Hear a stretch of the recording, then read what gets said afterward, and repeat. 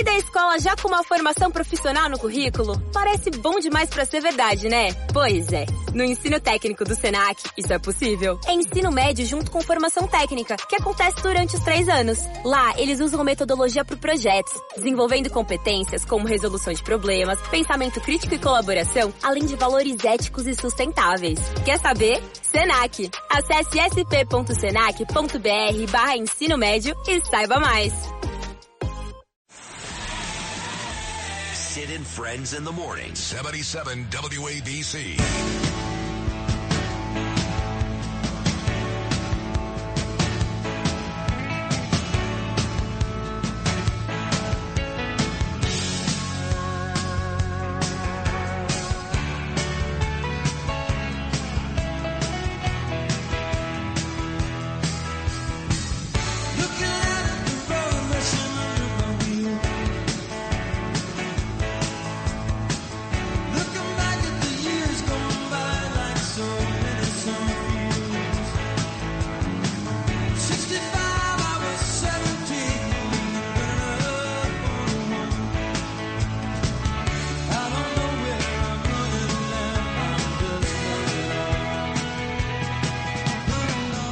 Jackson Brown running low, 7:32 on your Monday morning. Kevin Lace, who used to be best friends with American sniper Chris Kyle, who was murdered in his home state of Texas, but was certainly a national hero.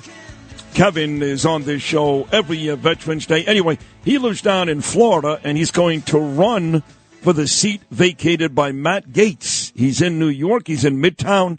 He'll be live in studio coming up at 9:25. Coming up at 8:45, everybody loves him. Played Lieutenant Dan in Forrest Gump. The great Gary Sinise. Gary raises a lot of money, like Tunnel to Towers, for vets. Helps him out all over the country, all over the world. We'll talk to Gary Sinise coming up at 8:45. My boss, the great John Katsimatidis, on this very important Turkey Drive Day at WABC. Going to be handing out over 10,000 turkeys in Midtown Manhattan later on this morning. John and Margot do a great job, and Chad. John coming up at 8:15. Famed defense attorney Arthur Aidala coming up at about 7:50, but right now, here she is, the great columnist, dear friend of mine down in South Florida, New York Post, Karol Markowicz. Carol, good morning. How are you? Hi, Sid. Good morning. Thanks for having me on. Great to have you. The Substack came out last week, and Elise Wiesenfeld, who happens to be Lara and Eric Trump's neighbor in both Florida and New York, sent me a copy of your podcast. She goes, she mentions you. I said, well, of course she did. It is Trump secures the largest share of Jewish votes in decades across key states.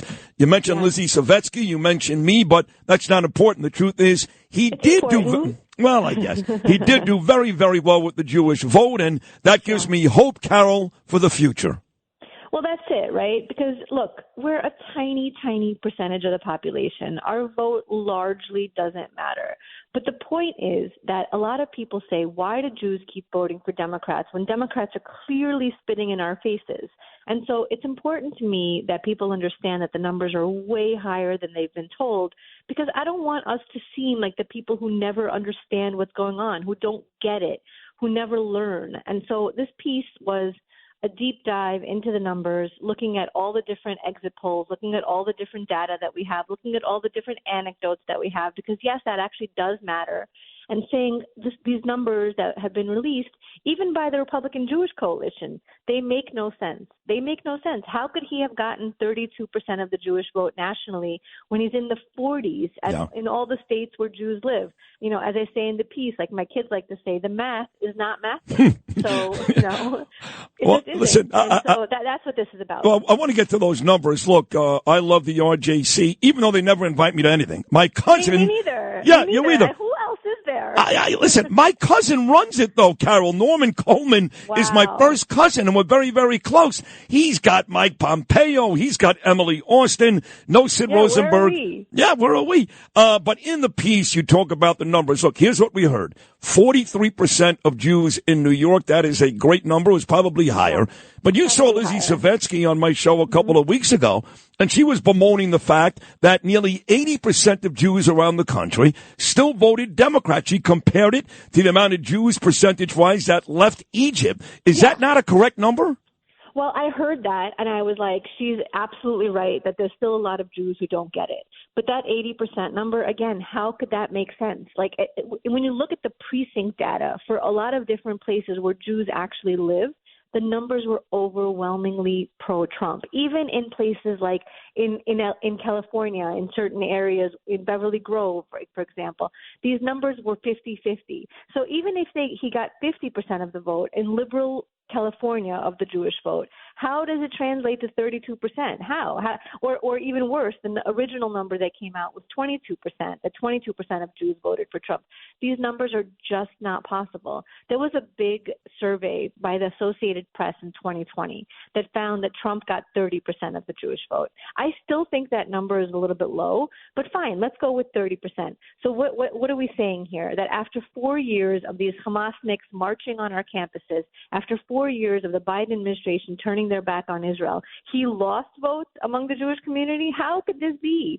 So again, I get that a lot of people don't care about this. It's like, oh, okay, who cares? 100,000 votes here, 100,000 votes there. But I care because, again, it makes us appear as if we're the voting bloc that never votes in our own interest. And I think that that's not what happened here. I think that Jews did wake up. A lot of Jews woke up. And I think Lizzie Savetsky is very instructive to this. And yes, it's anecdotal, yes. But she is the classic person to me that I think would have not voted for Donald Trump. But in the last 4 years, she woke up and she chose to vote for him. And what I said in my piece, she woke up. What was that? She woke up. No. I'll give you all the credit. Hold on. But I want to say it's not. Yes, you absolutely. You moved her. You moved people like her. You are extremely instrumental to this. But what was so impressive to me wasn't that she just voted for him. It's that she was admitting to it on your show, on your extremely popular show, Sid. Atta girl. So that's a big deal. You know, that's a real big deal. That's a sea shift. Yeah. That's a change. The fact that Jews aren't quietly voting for him and keeping it to themselves, that they're admitting it on the Sid Rosenberg show. Oh, thank you. That's very sweet. Thank you. Also Dove Hyken, I was able to convince Michael Rappaport. It's not admitted it publicly, but you can bet your bottom dollar he voted for Trump. And Alan Dershowitz, too, who's putting together a legal team to defend Israel. I'm pretty sure he voted for Trump, too. So people did wake up. But I got to ask you this. Look, I'm a bad guy. You know why? Because I don't unify with the rest of the Jews. If you're a Jew and you continue to vote Democrat, I want no part of you. I don't wish you bad. I want you to be healthy and happy, but I want no part of you. I don't believe in this. We're unified. We're all Jews. Nonsense. You vote for people who are okay with people being raped and murdered in Israel. I want no part of you. So am I a bad guy? No, they're bad. They're bad for not standing with the rest of us. That's the thing. Look, I don't need Israel. I'm American. I live in Florida. I'm very safe and secure. My husband, carries a firearm everywhere we go. It is completely. I'm completely safe in my position here. But I understand that I'm not the only Jew I'm supposed to care about. Israel exists for Jews around the world to have a safe haven. When they're in places like Amsterdam, getting chased, and the police aren't doing anything, they need to have an Israel to go to. And just because I don't need it right now, let's say, that doesn't mean that other Jews don't. And again, the fact that I was born in the Soviet Union, the only reason I get to exist in America is because of Israel. Because Israel said, we will take all of your Jews, Soviet Union. Any Jew that is not allowed in elsewhere gets to come to Israel. Now, I was lucky. America let my family in. But if it didn't, we had Israel. And so this idea that Jews can just be, I'm fine. I live on the Upper West Side and I go to Zabar's and that's my Judaism. That's nonsense. You have to stand up for other Jews. You're not a bad guy. They're the bad guys. Carol, I want to talk to you about Amsterdam. You just mentioned it, and you see what's going on around the world, not just Amsterdam, this ridiculous ICC, which needs to be disbanded. To me, it's every bit as bad as the UN issuing arrest warrants last week for my friend Bibi Netanyahu. I mean, it's so ridiculous. We're still having issues here. Just last week, once again, they broke into Columbia's student hall. So it's not like it's not as bad as it was a couple of months ago, but around the world, it's every bit as bad, if not worse. Is that going to change with Trump in office?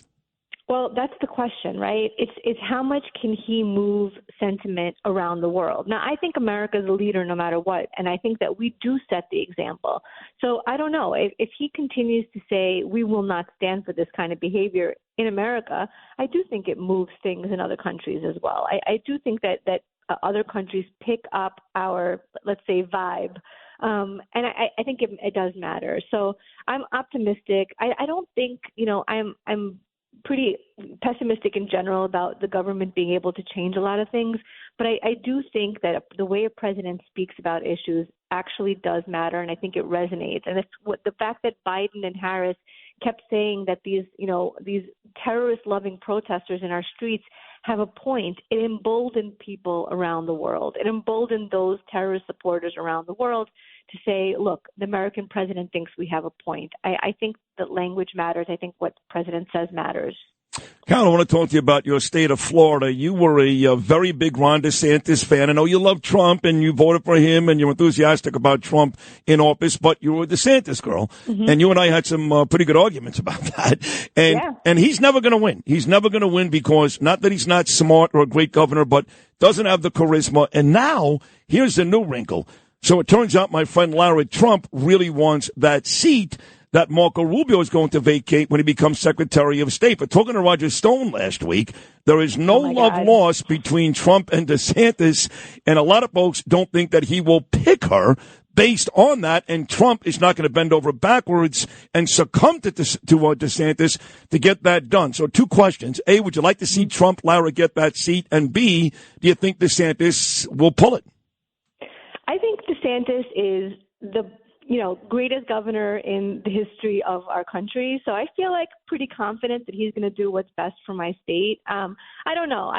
The thing is that a lot of the conversations, especially around people, let's say like Roger Stone, they're pushing their own agenda. So I think what we saw during the campaign is Donald Trump and Ron DeSantis get along on a level that people maybe didn't expect, and maybe people like Roger Stone didn't want.